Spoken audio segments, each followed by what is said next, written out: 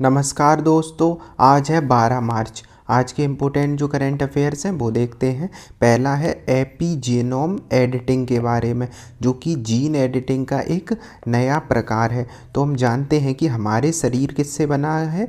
हमारे शरीर में जो मेन संरचना होती है वो डीएनए है। जो हमारे शरीर, हमारा स्ट्रक्चर है, हमारे शरीर के अंग, उन सबको निर्धारित करने का जो काम करता है वो कौन करता है?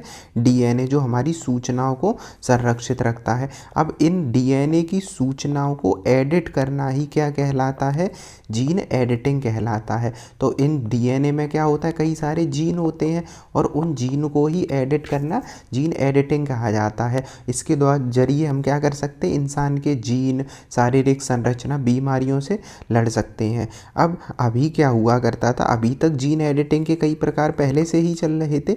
उसी में वैज्ञानिकों ने एक अब नया खोज किया है। इसे कहा गया है एपीजेनोम एडिटिंग के बारे में। जो पारंपरिक रूप से अभी तक जीन एडिटिंग होती थी उससे बेहतर है, सुरक्षित है और नियंत्रण इस पे मेन है कि नियंत्रित बताया गया है। अब इनमें देखते हैं कि होता क्या था। अभी तक हम जो जीन एडिट करते हैं उनमें हम यूज़ करते हैं कौन सा? क्रिस्पर कैस9 तकनीक। तो क्रिस्पर कैस9 जो यूपीएससी में 2 बार आ भी चुका है। तो क्रिस्पर कैस9 के जरिए हम क्या करते हैं, जैसे ये जीन है, इसमें से डीएनए है, इसमें से हम उन जीन को हटा देंगे जो जीन कैसी होगी? खराब होगी, उन्हें डिलीट कर देंगे, उसकी जगह दूसरा एडिट कर देंगे। पर जो एपीजेनोम एडिटिंग है, उस एडिटिंग में हम जीन को नहीं बदलते हैं, मतलब हम काटते नहीं हैं बल्कि उसी जीन को एडिट करते हैं। तो ये होता है एपीजेनोम एडिटिंग के बारे में। तो एक तरीके से ये आईओएस सिस्टम, मतलब जो सिस्टम होते हैं ना, एंड्रॉयड चला रहे हैं या कोई सिस्टम, उसमें अपडेट करने वाला है। तो एक अपडेट की तरह है, ना कि हार्डवेयर रिपेयरिंग में। जैसे कि अभी तक हम क्या करते थे, जैसे मोबाइल फ़ोन ठीक से काम नहीं कर रहा तो हम उसमें क्या है, मोबाइल फ़ोन में कोई चिप है, उसका सर्विस है, उसको करके हम अलग करवा देते हैं। मतलब मोबाइल ठीक से नहीं काम कर रहा तो उसकी हम चिप या जो उसमें सेमीकंडक्टर चिप है, ये सबको हम बदलवा देते हैं। तो इसे कहा जाता है हार्डवेयर रिपेयरिंग। वही तो हम जीन में कर रहे थे कि हम डीएनए के उस पार्ट को हटा दे रहे थे जो पार्ट खराब है। मान लो किसी पार्ट में कोई बीमारी की संभावना है या कुछ है, उसे हम काट के अलग कर दे रहे थे। ये अभी तक का था। अब एपीजेनोम एडिटिंग क्या है? ये एक तरीके से कैसा है, सॉफ्टवेयर अपडेट की तरह है। तो अभी तक हार्डवेयर टाइप का अपडेट चलता था, अब ये सॉफ्टवेयर अपडेट है एग्जाम्पल के लिए। तो अब इसे समझें कैसे। जैसे अगर फ़ोन ख़राब हो रहा है, फ़ोन में कुछ ख़राब है, तो हम सिस्टम को एडजस्ट कर सकते हैं ना, कि अगर फ़ोन में समस्या है तो हम सिस्टम को एडजस्ट करके उस फ़ोन को यूज़ कर सकते हैं। तो वैसे ही है एपीजेनोम एडिटिंग के बारे में। तो इसमें क्या होता है, जीन के कोड को नहीं बदला जाता है बल्कि उसे पढ़ने के तरीके को बदल दिया जाता है। जैसे मान लो कोई जीन है, उसे अगर कोई जीन अगली कोई संरचना का निर्माण करेगा हमारे शरीर की, या कोई सेल का निर्माण करेगा, तो क्या कर सकते हैं हम? उस जीन को कम कर सकते हैं कि वो पढ़े ही ना उस सेल को। मतलब जब सेल का निर्माण हो रहा हो तो जीन एक्टिव ही ना हो वो वाली बीमारी वाली, या इसे ज़्यादा एक्टिव कर सकते, कम एक्टिव कर सकते हैं। तो ये सारी चीज़ें होती हैं एपीजेनोम एडिटिंग के बारे में। तो क्या होता है कि ये एडिटिंग आसपास मौजूद केमिकल मॉडिफिकेशन है जो तय करता है कि कौन सा जीन सक्रिय होगा, कौन सा नहीं। तो अब हमें पता है कि मान लो कोई जीन, ये है जीन, अब इसे सक्रिय करना है, ये किसे रोक देना है। अभी तक क्या होता था, जो जीन खराब होते थे उन्हें काट के अलग कर दिया जाता था, नया लगा दिया। इसमें क्या होगा कि हम उसे मॉडिफाई कर देंगे केमिकल से, और वहाँ केमिकल से हम उसे सक्रिय भी कर सकते, उसे रोक भी कर सकते। तो एक तरीके से डीएनए का ऑन ऑफ स्विच की तरह काम करेगा, जो ये तय करेगा कि जीन को आगे बढ़ने देना है या उसे रोक देना है। अगर हम रोक पाएंगे तो एक तरीके से वही काम होगा जो हटाने वाला काम हो रहा था, बल्कि ये आसान और हो जाएगा। तो एग्जाम्पल से और समझते हैं इसे, क्योंकि नई रिसर्च है तो साइंस टैग वाले टॉपिक में ये इंपॉर्टेंट रहेगा, हमेशा ही रहता है। तो ये एक नया आ जाएगा कि एपीजेनोम क्या होता है। तो सोचो एक बल्ब है, घर में गया है आपके, एक बल्ब लगा है। अब बल्ब तभी जलेगा जब स्विच ऑन होगा। एपीजेनोम का काम यही है कि ये इस स्विच की तरह काम करेगा कि अगर चटकनी दबा रहे हैं तभी वो जीन चालू होगा। अगर एपीजेनोम से हम एडिट नहीं करना चाह रहे तो वो जीन क्या करेगा, एक्टिव नहीं होगा। तो ये काम करता है, ये उस जीन को एक्टिव करना और रोक देने दोनों का काम ये करता है। तो ये है, तो एक स्विच की तरह काम करेगा जो विभिन्न तरीक़ों से उपयोग किया जा सकता है। अब डीएनए मिथाइलेशन क्या है, मिथाइलेशन तो जीन का लॉक है, एक मिथाइल ग्रुप है जो छोटा अणु डीएनए से चिपक जाता है और साइलेंट ऑफ कर देगा। मतलब क्या है, जैसे कोई सी जीन अगर डीएनए की खराब है, उस जीन से ये मिथाइल ग्रुप जाके एक अणु है वो चिपक जाएगा और उसे साइलेंट कर देगा, ऑफ कर देगा, उसे एक्टिव ही नहीं होने देगा। अगर वो जीन एक्टिव नहीं होगा तो बीमारियां ही नहीं फैलेंगी। दूसरा, ऐसा सोचो कि कंप्यूटर फाइल को पासवर्ड लगाकर लॉक कर दिया जाता है तो उसे एडिट करने की ज़रूरत ही नहीं है कोई। तो ये सारी चीज़ें। फिर दूसरा, हिस्टोन मॉडिफिकेशन, ये कई प्रकार है, जैसे ये हमने कौन सा पढ़ा, मिथाइलेशन वाला। दूसरा है हिस्टोन मॉडिफिकेशन। अब हम जानते हैं जो जीन होते हैं वो हिस्टोन प्रोटीन के चारों तरफ लिपटे होते हैं, मतलब डीएनए का एक हिस्टोन नामक प्रोटीन के चारों तरफ लिपटा होता है। जो डीएनए में होता है क्या होता है, हिस्टोन प्रोटीन है। अब एक होते हैं ढीले हिस्टोन प्रोटीन। तो अगर हिस्टोन ढीले होते हैं तो जीन ऑन हो जाता है, हिस्टोन टाइट होंगे तो जीन ऑफ रहेगा। तो एक तरीके से रेडियो की वॉल्यूम की तरह बढ़ा घटा भी हम इन्हें सकते हैं। तीसरा जो है वो है आरएनए को लेकर। तो आरएनए मध्यस्थ प्रक्रिया। अब हम जानते हैं कि डीएनए अपनी सूचनाएं किसे देता है, आरएनए को देता है। असल में प्रोटीन का निर्माण जो करता है वो आरएनए ही तो कर रहा है डीएनए के लिए। डीएनए तो केवल अपनी सूचना देता है कि किसी बॉडी के, मतलब व्यक्ति है, उसके शरीर की ये संरचना ऐसी बनानी है। तो डीएनए सूचना किसे देता है, आरएनए। प्रोटीन का निर्माण कौन करता है, मतलब जो टिश्यू हैं, सेल हैं, वो कौन निर्माण करेगा, आरएनए। तो अगला जो तीसरा है वो है आरएनए मध्यस्थ प्रक्रिया। तो है जीन फायरवॉल। तो नॉन कोडिंग आरएनए कुछ जीन को ब्लॉक कर देता है ताकि वे गलत प्रोटीन ही ना बनाए। तो इसमें क्या है, नॉन कोडिंग एक आरएनए होगा वो उन जीन को ब्लॉक कर देगा जो गलत प्रोटीन बनाते हैं, मतलब जो बीमारियां वाले होंगे। जैसे एंटीवायरस सॉफ्टवेयर कंप्यूटर में यूज़ करते हैं, हानिकारक फाइल को रोक देता है, वैसे ही ये आरएनए जो मेडिएटेड प्रोसेस होगी, इसमें जीन के उस हिस्से को रोक दिया जाएगा जो खराब प्रोटीन बनाएगा। तो एपिजेनोम एडिटिंग के प्रमुख उपयोग क्या हो सकते, सोचो अब इतनी आसान तकनीक हो जाएगी कि हमें पूरे डीएनए को नहीं तोड़, मतलब उसे काटना नहीं पड़ेगा। हम केवल क्या कर सकते, उस विशेष जीन को एक्टिव ही नहीं होने देंगे जो जीन क्या है कोई बीमारी को करेगा। साथ ही हम उस जीन को एक्टिव कर सकते हैं जो भी जीन अच्छी होगी। तो एक चिकित्सा के रूप में एक क्रांति आएगी, इससे बीमारियों का इलाज हो सकेगा। साथ ही साथ स्टेम सेल थेरेपी। अब स्टेम सेल थेरेपी क्या करता है, किसी भी सेल को बना सकता है। मतलब एक स्टेम सेल के पास एक ऐसी प्रोसेस है, या ऐसी समझो एक सुपर पावर होती है कि ये किसी भी सेल का निर्माण कर सकते हैं। जैसे कि अभी हम जानते हैं, जैसे हमारे कान की या हमारे आँख की एक सेल खराब होती है, तो कान की सेल कान की ही दूसरी सेल को तो बनाएगा, या आँख की सेल दूसरी आँख की सेल को बनाएगा। पर स्टेम सेल थेरेपी के अंतर्गत क्या होता है कि स्टेम सेल ऐसी सेल होती है जो खुद की सेल तो बनाएगी बल्कि और दूसरे अंग की सेल भी बना सकती है। तो अब अगर हम इस एपिजेनोम एडिटिंग का उपयोग अंग निर्माण में या स्टेम सेल थेरेपी में कर पाएंगे तो और अच्छी चीज़ हो जाएगी, क्योंकि हम अब विशेष जीन को रोक सकते हैं और विशेष जीन को बढ़ा भी सकते हैं। अब इससे इम्यून सिस्टम भी बढ़ सकता है, मतलब प्रतिरक्षा तंत्र भी मजबूत होगा। क्यों, क्योंकि हम डीएनए के किसी भाग जो प्रतिरक्षा को मजबूत करता है, हम उससे क्या, मतलब उसे हम ज़्यादा एडिट करके और उसे क्या कर देंगे, एपिजेनोम के द्वारा उसे ज़्यादा शक्तिशाली बना सकते हैं, उसे ज़्यादा सीक्रेट कर देंगे, और जो हमारे प्रतिरक्षा तंत्र को कमज़ोर करने वाले जीन हैं उन्हें हम रोक देंगे। तो इससे जीन थेरेपी भी हो सकेगी। जीन थेरेपी क्या होती है, जो जीन है हमारे शरीर के उन्हें क्या कर देना, व्यवस्थित कर देना, सही कर देना। तो ये सारी चीज़ें हमने काम देखा इसका। अब कैंसर और न्यूरोलॉजिकल बीमारी का इलाज।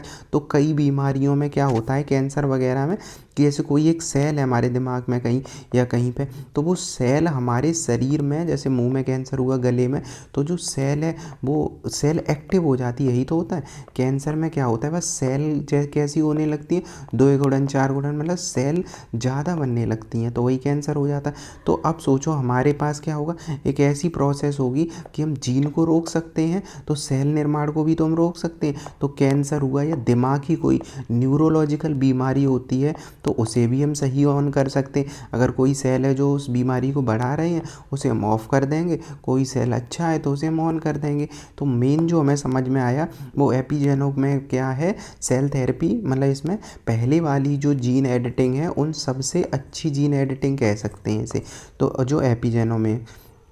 एपिजीनोम एडिटिंग है। उसके बाद स्टेम सेल थेरेपी और अंग पुनर्जनन हमने देख ही लिया। स्टेम सेल की ज़रूरत के हिसाब से अलग अलग ऊतकों में बदला जा सकता है। तो स्टेम सेल आपने साइंस टेक वगैरह में पढ़ा ही होगा।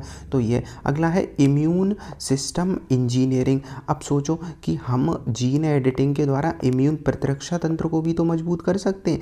जैसे कैंसर थेरेपी में अगर हमें कैंसर को सही करना है तो इम्यून सेल्स को हम प्रोग्राम कर देंगे, तो वो कैंसर की सेल जो बढ़ रही होंगी उन्हें के प्रति प्रतिरक्षा तंत्र मजबूत करेंगे, वो सेल नहीं बढ़ पाएंगी। साथ ही हमारे शरीर में सुरक्षा तंत्र हो जाएगा, इम्यून सिस्टम बेहतर हो जाएगा। और ये सुरक्षित और रिवर्सिबल जीन थेरेपी है। क्यों सुरक्षित है? क्योंकि ये ज़्यादा इसमें कोई एडिट नहीं कर रहे हैं, तो ये ज़्यादा सुरक्षित है। जीन एडिटिंग के विपरीत यह केवल क्या करेगा, स्थायी बदलाव नहीं करता है, केवल गलतियाँ ठीक कर देता है। जो सेल जब खराब सेल को बना रही होगी जो जीन, उसको रोक ही तो रहा है, केवल गलतियों को सुधार रहा है। बीमारियों के इलाज में एक नया और बेहतर अब ये विकल्प बनेगा। तो ये देख लिया हमने कैसे किया जाता है। वैज्ञानिक अभी तक इसे अंजाम देने लगे हैं जो एपिजेनोमिक में है। इसमें विशेष तकनीकों का उपयोग किया जा रहा है। तो ये जैसे कि एक तकनीक अभी तक हम यूज़ करते हैं वो है क्रिस्पर Cas9 वाला है। तो इसमें क्या करते हैं, आधारित एपिजेनोमिक एडिटिंग वाला एक अभी वैज्ञानिक क्रिस्पर कैस के साथ जोड़कर इसे एडिट करने की बात कर रहे हैं। तो इसमें क्या हुआ, क्रिस्पर कैस तकनीक जो होती है वो काट देता है, वो जो सेल खराब है उसे काट देते, इसे कहते हैं आणविक कैंची के रूप में। तो डीएनए को काटे बिना अब एपिजेनिक बदलाव करना है।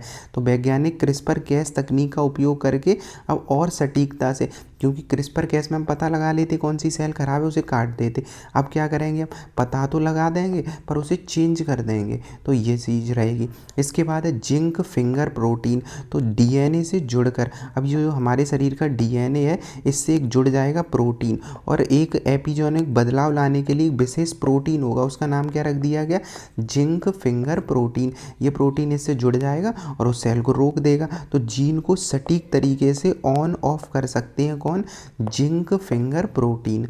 चिपक के उससे चारों तरफ लग जाएगा ये। ट्रांसक्रिप्शन और ट्रांसक्रिप्शन एक्टिवेटर लाइक इफेक्टर्स। तो इसमें क्या होगा, यह प्रोटीन भी डीएनए के विशिष्ट स्थानों से जुड़कर जो जीन होता है एक्सप्रेशन को नियंत्रित करता है। तो अगर टेल्स पूछे, टेल्स क्या है, ट्रांसक्रिप्शन जो है एक्टिवेटर लाइक इफेक्टर्स, ये भी क्या करता है, जीन से जुड़कर नियंत्रित कर देगा। तो डीएनए के विशिष्ट अनुक्रमों की पहचान कर उनसे जुड़ जाता है। तो ये सारी चीज़ें हमने जो देखी अभी तक वो जीन के काफ़ी डिटेल से देख लिया। तो जो प्री और मेंस दोनों में काम आएगा, जीन एडिटिंग से संबंधित है। तो ये अगला है निवारक निरोध के बारे में। तो हम जानते हैं संविधान का जो कौन सा है आर्टिकल 22, ये हमें संविधान में क्या शक्ति देता है, निवारक निरोध की शक्ति देता है।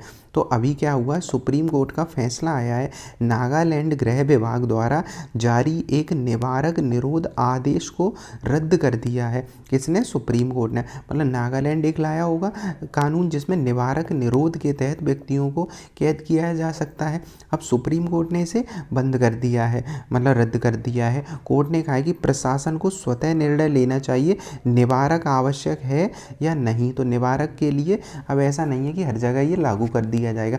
मेन जो हमारे क्वेश्चन बनेगा वो ये नहीं बनेगा कि सुप्रीम कोर्ट ने कहाँ पे निवारक निरोध को ये किया है, मेन आएगा कि निवारक निरोध क्या है।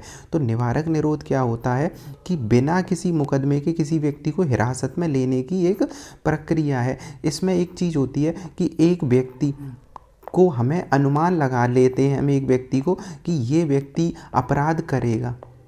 अब इसमें गलती भी तो हो सकती है कि हो सकता है ये व्यक्ति अपराध ना करे और उसके मूल अधिकारों को छीनकर हम उसे गिरफ्तार कर रहे हैं, पर ज़रूरी भी क्यों है, क्योंकि हो सकता है हमें सटीक जानकारी हो और इस व्यक्ति के पहले से भी अपराधी होने के सबूत हों, तो हम उसे निवारक निरोध में अगर नज़रबंद कर लेते हैं तो इससे आगे अपराध होना भी तो नहीं होगा। मतलब जब तक हम उसकी जाँच पड़ताल कर रहे हैं, कोई काम चल रहा है, तब तक अगर इस व्यक्ति को कैद में रखेंगे तो अपराध भी तो रोक सकते हैं। तो निवारक निरोध इस वजह से ज़रूरी भी है।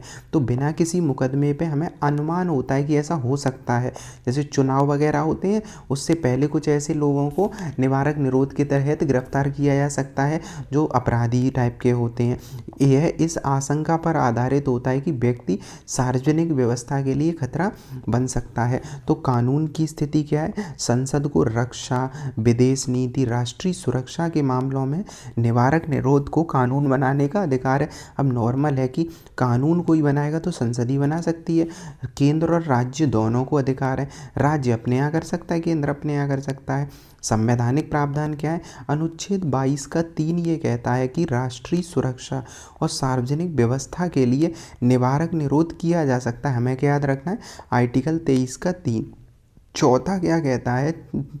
मतलब जो 22 है वो क्या कहता है? 22 का 4, 22 का 3 क्या कह रहा है कि निरोध कर सकते हैं।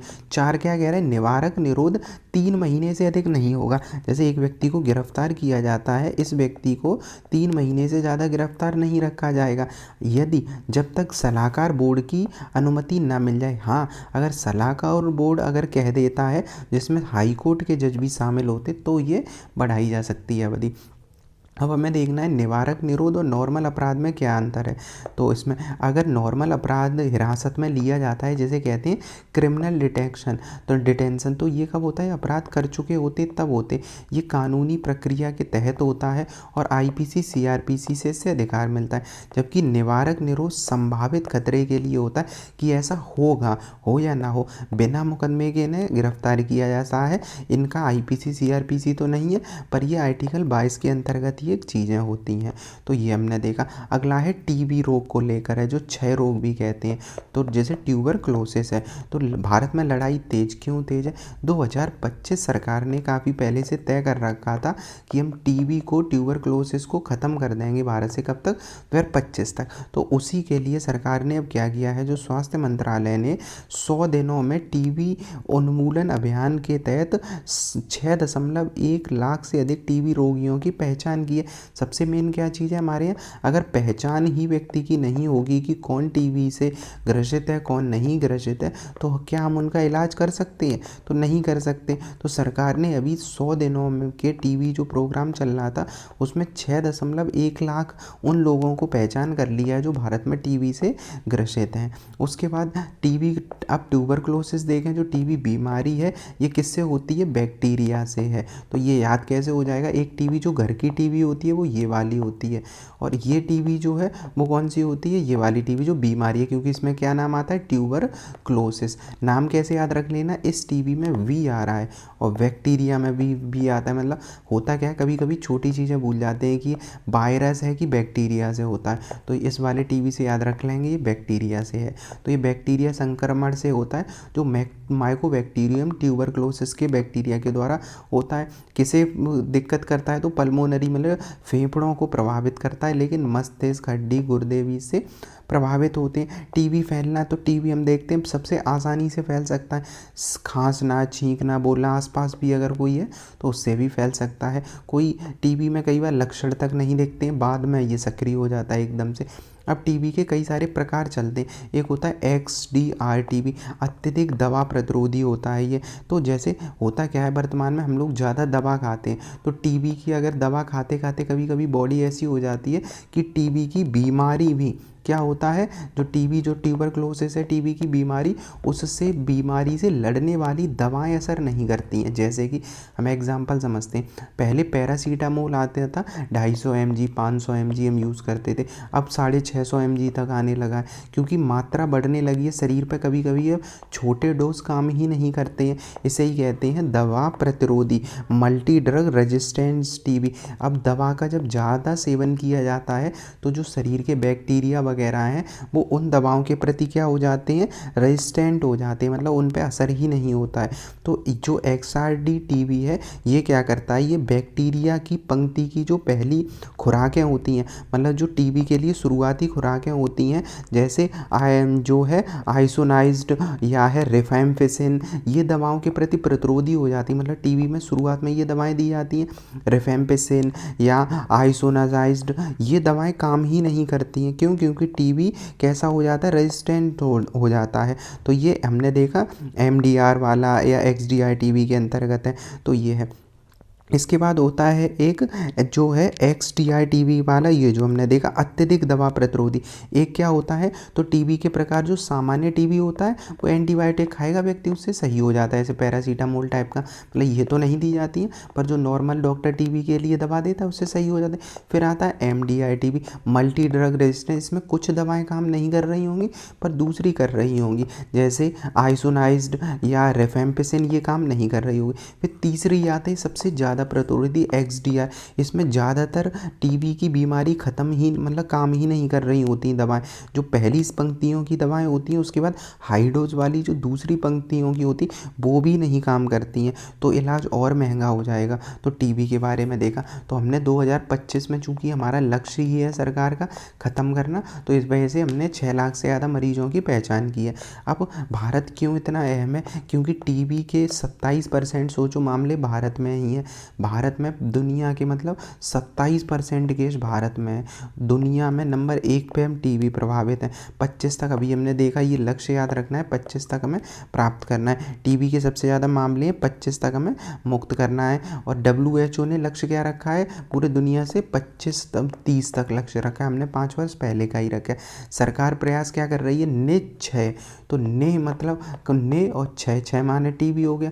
तो हम देखते हैं NIH टीबी, जो NIH पोषण योजना है, वो टीबी जो रोगी होते हैं, चूँकि इन टीबी के रोगियों में क्या हो जाता है, पोषण कम हो जाता है। तो पोषण जब तक मजबूत शरीर नहीं होगा तब तक एंटीबॉडी कैसी बनेगी। तो सरकार 500 रुपये इन्हें प्रतिमाह देती है कि पोषण के लिए यूज़ कर सके, मतलब खाने पीने के लिए। तो ये होता है NIH योजना। फिर टीबी मुक्त भारत अभियान चल ही रहा है केंद्र राज्य स्तर पर। 100 दिनों में अभी सरकार ने चलाया है, 24 के लास्ट में। तो 100 दिनों तक वाला 3 महीने में पहचान की जाएगी, फिर उनका इलाज किया जाएगा। उसके बाद है डायरेक्ट बेनिफिट ट्रांसफ़र, टीबी मरीजों को सीधे दवा दे दी जाएगी, मतलब डायरेक्ट बेनिफिट रुपए डाल दिया जाएगा खाते में। इसके बाद नई वैक्सीन वगैरह पे सरकार रिसर्च कर ही रही है, तो यही टीबी उन्मूलन को तेज करना है, ये लास्ट में हमें याद रखना। इसके बाद है कैसावा। कैसावा एक पारंपरिक कृषि की ज्ञान और भविष्य की फसल है ये। तो हाल ही में एक अध्ययन हुआ है, उसमें बताया है कैसावा की खेती, इसकी अस्तित्व परंपरा, जो मतलब इसका अस्तित्व है वो पारंपरिक ज्ञान, जो इंडिजिनियस फार्मिंग नॉलेज है और सांस्कृतिक परंपराओं पर निर्भर करता है। मतलब अगर कैसावा की खेती करनी है तो हमें क्या करना चाहिए, पारंपरिक तरीके ज़्यादा अच्छे रहेंगे इसके लिए।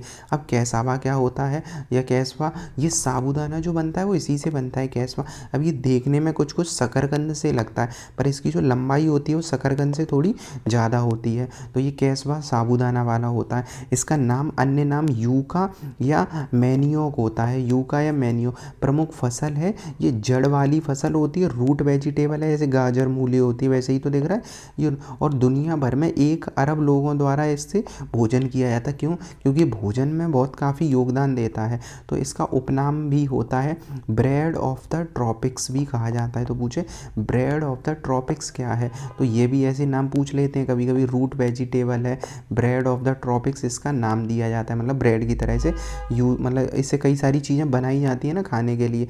पौष्टिक क्यों है, इसमें कार्बोहाइड्रेट का काफ़ी ज़्यादा स्रोत है। हम कुछ भी खाते हैं, गेहूँ चावल, इन सब में कार्बोहाइड्रेट होता है, तो इसमें भी कार्बोहाइड्रेट के साथ साथ एनर्जी भी होती है। साथ ही साथ कैल्शियम, विटामिन, मिनरल्स, सारी चीज़ें पाई जाती हैं। ये अर्धकाष्ठीय पौधे की 12मासी जो वृक्ष है उससे प्राप्त होता है, मतलब जो पौधा होता है 12मासी है, इसमें स्टार्च युक्त वगैरह ये सारी होता है। सूखा प्रतिरोधी फसल है, मतलब जल नहीं भी होगा, कम होगा तब भी ये उग सकता है। तो कैसावा वाले के बारे में, मूल स्थान क्या है, दक्षिण अमेरिका है, जो साउथ अमेरिका है वो इसका मूल स्थान है। आजकल तो भारत से लेके सभी जगह पे हो ही रहा है। तो मेन चीज़ क्या है, सरकार अभी शोध के अनुसार ये हुआ है कि इसे हम यूज़ करें कैसे, जो पारंपरिक खेती होती है तो ये ज़्यादा अच्छे से होगा।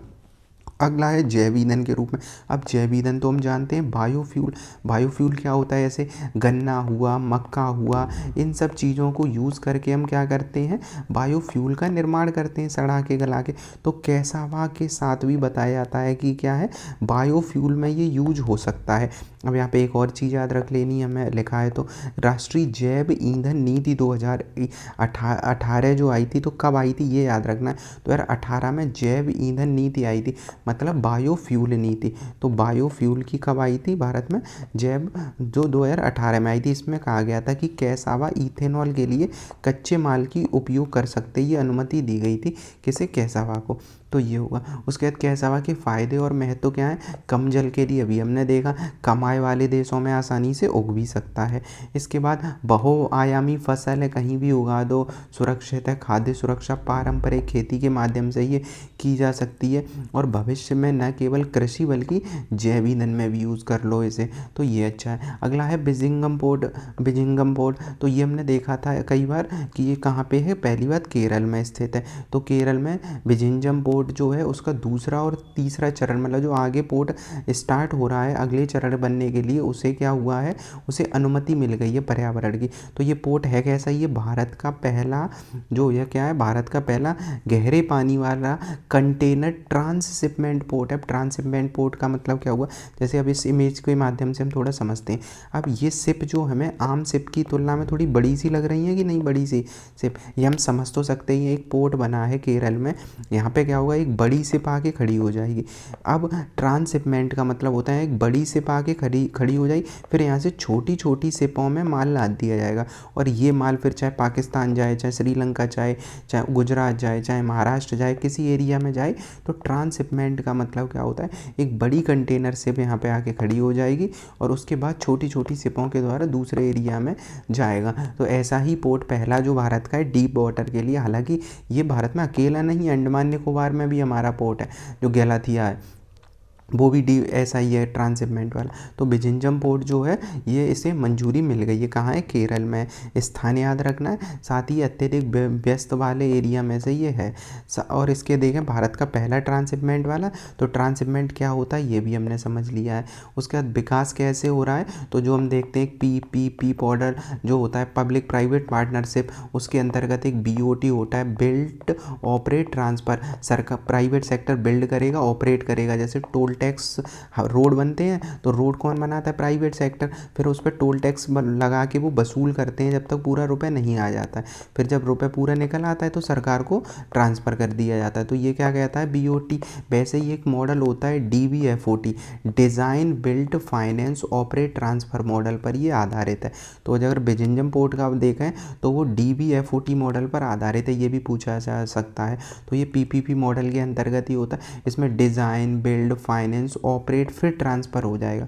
तो ये सारी चीज़ें हैं इसमें। तो ये लैंडलॉर्ड मॉडल पर इसी तरीके से इसे विकसित किया गया है, क्योंकि इसमें पहले डिज़ाइन बनाई जाएगी, बिल्ड की जाएगी, फिर फाइनेंस ऑपरेट सब प्राइवेट करेगा, बाद में ट्रांसफ़र होगा बहुत समय के बाद। तो ये महत्व क्या हो जाएगा, रणनीतिक महत्व हो जाएगा, क्योंकि भारत में अगर ट्रांसशिपमेंट पोर्ट होगा तो हमारे पास बड़े बड़े क्या आ सकते हैं, शिपमेंट आ सकते हैं, व्यापार मजबूत होगा, कम निर्भरता हो जाएगी दूसरी जगह पे, और आर्थिक विकास भी हो जाएगा। तो ये हमने देखा। इसके बाद है एंटी डंपिंग ड्यूटी के बारे में, घरेलू उद्योग की सुरक्षा के लिए होता है एंटी डंपिंग ड्यूटी। तो एंटी डंपिंग ड्यूटी महत्वपूर्ण रहता ही है, क्योंकि ये प्रतिस्पर्धा से बचाने में महत्वपूर्ण काम करता है। कैसे, तो इसे समझते हैं। तो हाल ही में क्या हुआ है, भारत ने चाइना और जापान से आयातित होने वाले जल शोधन रसायन, वाटर ट्रीटमेंट जो केमिकल होते हैं, उन पे एंटी डंपिंग ड्यूटी ADD लगा दी है। क्या हुआ है इसमें, चाइना और जापान भारत में क्या बेचते हैं, कुछ ऐसे केमिकल्स बेचते हैं जो पानी को साफ़ कर सकते हैं। अब ये तो हमें पता है, ये तो अच्छी चीज़ हुई, पानी को साफ़ करने वाले केमिकल भारत आएंगे, पर सोचो भारत की इंडस्ट्री ख़त्म होती चली आ रही है, भारत में भी तो ये पहले से केमिकल उपलब्ध हैं, और चाइना उसे सस्ता बना के भेजेगा। अगर चाइना उस चीज़ को सस्ता देगा तो इंडिया वाले कोई ख़रीदेगा नहीं, तो इंडिया का मार्केट ठप हो जाएगा, हमारी निर्भरता चाइना पे निर्भर हो जाएगी। क्यों, क्योंकि अगर बिकेगा नहीं इंडिया का तो लोग दुकानें अपनी बंद कर देंगे। फिर चाइना ने देना बंद कर दिया, चाइना ने महंगा कर दिया, तो ये चीज़ें फिर दोबारा तो इस्टेब्लिश कर नहीं लेंगे, जो लोग बंद किया है बड़ी मुश्किल से उन्होंने। तो केमिकल के लिए इसलिए सरकार क्या करती है, एंटी डंपिंग ड्यूटी लगा देती है। तो इसे समझते हैं, जब कोई देश अपने घरेलू उत्पाद को अंतर्राष्ट्रीय बाजार से घरेलू कीमत से कम कीमत पर बेचता है, तब सरकार का मतलब तब बाजार में वर्चस्व स्थापित हो जाता है। मतलब जब कोई देश अपने उत्पाद को अंतर्राष्ट्रीय बाजार बाज़ार में घरेलू लागत से कम, जो भारत में मान लो 10 रुपये का अगर कोई केमिकल आ रहा है तो चाइना 8 में दे रहा है, तो कम में बेचता है, तो उसकी मोनोपोली वर्चस्व हो जाएगा। तो एडीडी आयातित वस्तुओं पर लगाया जाने वाला कर है।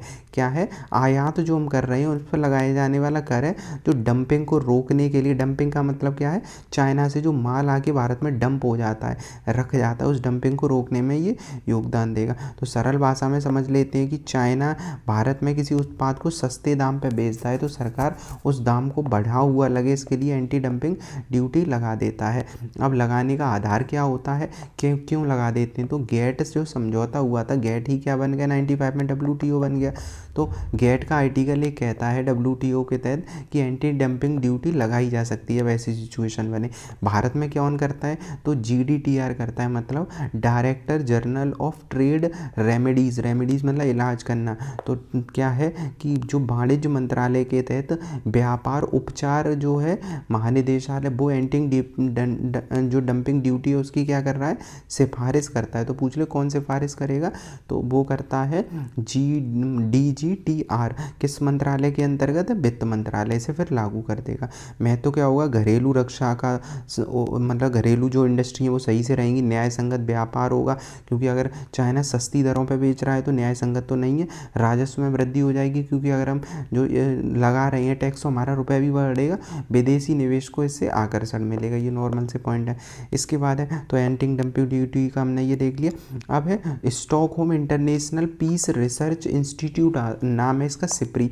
हमने ये पढ़ा भी था 1-2 दिन पहले कि एक संस्था होती है सिप्री जो हथियारों के संबंध में रिपोर्ट निकालती है। तो आज आ भी गया। तो पहले तो एक नाम चीज़ याद रखना है, वो है स्टॉकहोम कहाँ है, तो यहाँ पे लिख दिया इसी वजह से स्वीडन में। हालांकि इससे इस संस्था से अभी कोई इसका संबंध नहीं है, पर चूंकि स्टॉकहोम में ये है तो स्टॉकहोम कहाँ है ये याद रख सकते हैं, स्वीडन में। तो हुआ क्या है, जो अभी हमें पढ़ना है वो है पढ़ना है SIPRI, Stockholm international peace research institute. ये क्या करता है? ये अपना हर साल रिपोर्ट तैयार करता है कुछ सालों में, और ये बताता है कि कौन सा देश कितना हथियार मंगा रहा है, कम कर रहा है, ये सारी चीज़।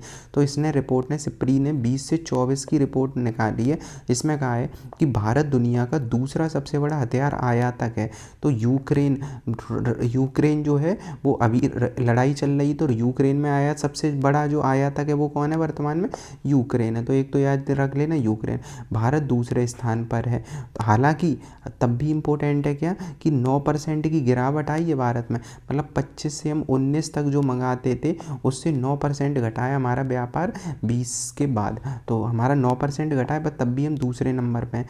चाइना पहली बार शीर्ष 10 आयातक की सूची से बाहर हो गया। चाइना अब आयात ही नहीं करता, खुद ही बना लेता है।